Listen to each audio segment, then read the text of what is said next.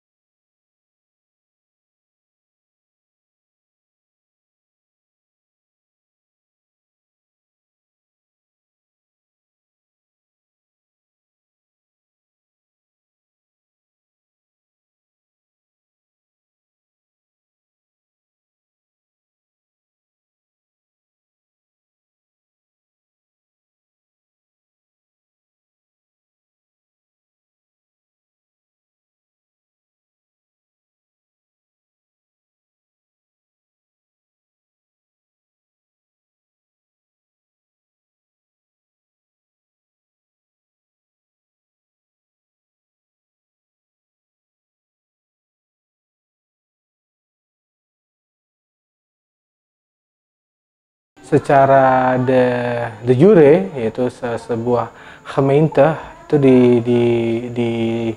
diresmikan tanggal 1 April 1905 dengan wali kota pertama Baron Mackay.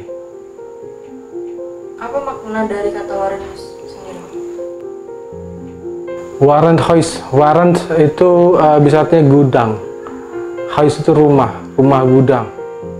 Ya, jadi satu bangunan yang besar. Itu dulunya menjadi salah satu toko yang terkenal di Kota Medan. Siapa yang membangun Warenhuis? Ya, bangunan Warenhuis ini dibangun, ya menurut beberapa kisah itu didirikan oleh Hottenbach. Nah, itu didirikan di awal tahun 1900-an dan mulai beroperasi aktif itu sekitar 1912.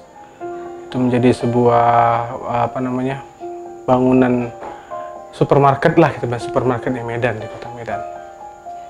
Boleh diceritain sedikit nggak Pak sejarah dari terbentuknya gedung Warenhuis sendiri?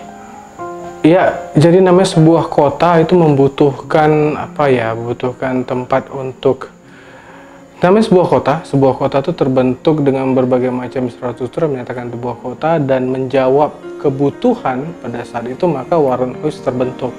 Nah, Warenhuis ini bisa dibilang supermarket pertama di Medan, dan kalau saya bilang ini the Harrods of Sumatera, karena ini adalah toko yang menjual barang-barang dari Eropa, barang-barang yang pada saat itu ya banyak dipergunakan oleh orang-orang Eropa ataupun orang-orang kaya yang tinggal di Kota Medan. Apa yang menyebabkan Warenhuis berhenti beroperasi? Satu, semenjak pendudukan Jepang, Warenhuis sudah tidak terkenal lagi kabarnya, sudah tidak dipergunakan lagi. Jadi mulai Perang Dunia Kedua sampai akhir Perang Dunia Kedua, Warenhuis, pendudukan Jepang sampai Jepang keluar, Warenhuis sudah tidak beroperasi lagi sampai hari ini. Boleh dideskripsikan mengenai gambaran untuk bangunan Warenhuis ini? Oke, seperti yang saya bilang, the Harrods of Sumatera. Harrods itu sebuah toko mewah ya di London, yang tempatnya juga hampir mirip dengan Warenhuis, berada di persimpangan di letter L, yang pintu masuknya itu justru ada di sudut jalan. Dan ketika kita masuk ke ini bangunan 2 lantai ya berbentuk L, dan kalau kita masuk itu langsung disambut dengan tangga yang sangat megah menuju ke lantai 2, dan dulunya di lantai 2 dan lantai 1 itu merupakan komplek pertokoan yang menjual berbagai jenis barang. Nah, ini kalau aslinya Warenhuis itu begitu mewah karena kacanya sendiri itu merupakan kaca patri yang sampai hari ini itu masih sering diimpor dari luar negeri, atau dari Italia atau dari Prancis. Dan dulunya ada satu chandelier atau lampu gantung tembaga yang sangat besar, dan banyak sekali dulu gantungan-gantungan lampu di luar ataupun bagian dinding dalam. Karena pada masa itu memang sudah menggunakan listrik dan sebagian juga masih menggunakan lampu gas pada saat itu. Dan bangunan Warenhuis ini di masanya adalah salah satu bangunan yang paling menarik Kalau boleh dibilang itulah mall pertama di kota Medan.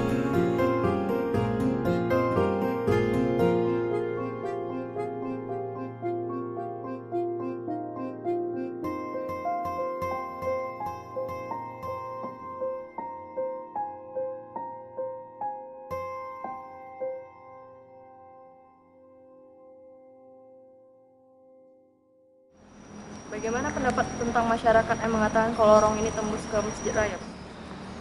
Ya saya pun dengar-dengar juga kayak gitu, katanya memang ada. Saya pun nggak percaya ya, namanya kita tugas dari kantor kan. Kalau ada orang bilang nanya gitu, ya kan aja, itu aja ada. Tapi belum pernah masuk kami gini. Siapapun belum pernah masuk sini gitu. Mau dari Pemko, mau dari siapa, belum pernah masuk. Banyak yang percaya soal lorong bawah tanah ini Pak tembus ke Istana Maimun atau Masjid Raya. Apakah itu betul Pak? Semua bangunan, ya bangunan Belanda yang bangunannya itu dibangun tahun 1800-an akhir, tahun 1900-an awal, itu memang selalu punya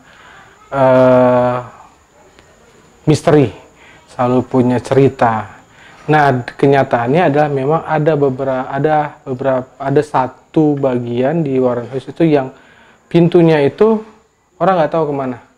Tapi yang jelas pintunya itu menghadap ke bawah. Tapi yang harus kita tahu bahwa namanya toko barang-barang Belanda, barang-barang Eropa yang pastinya juga menjual wine dan segala macam. Sedangkan wine itu harus disimpan pada suhu yang stabil. Nah, temperatur ini hanya bisa didapatkan kalau Anda punya ruangan bawah tanah. Perkara itu tembus kemana saja, itu merupakan sebuah misteri yang masih harus dipecahkan. Ya, jadi kalau mitosnya mungkin katanya tembus sampai ke Masjid Raya, tembusnya ke Istana Maimun, ataupun tembusnya ke kantor wali kota, itu mungkin bisa-bisa saja. Tapi yang jelas namanya sebuah bangunan yang dibangun di tahun-tahun seperti itu biasanya memang punya bangunan ruang rahasia ataupun ruangan di bawah tanah.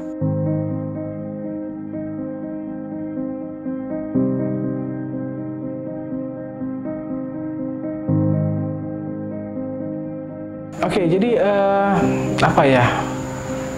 Yang perlu kita harus ketahui ya buat rekan-rekan sekalian ya, terutama generasi muda yang hari ini bertanya itu bangunan bobrok apa tengah itu. Ingat bahwa Warren House itu seperti sebuah trofi kebanggaan kita, akan sejarahnya kita akan kekayaan dari sejarah kota kita. Kita nggak ngomong skopnya terlalu besar nasional, tapi yang jelas satu anak Medan itu harus benar-benar tahu ya sejarah dan asal mula kota ini. Karena kalau kita kehilangan sejarah ini, kita nggak akan bisa memahami hari ini, dan kita nggak bisa juga meresapi keberadaan Medan hari ini. Warren House bukan hanya sebuah bangunan usang, tapi Warren House adalah sebuah bukti kejayaan yang pernah dilakukan, yang pernah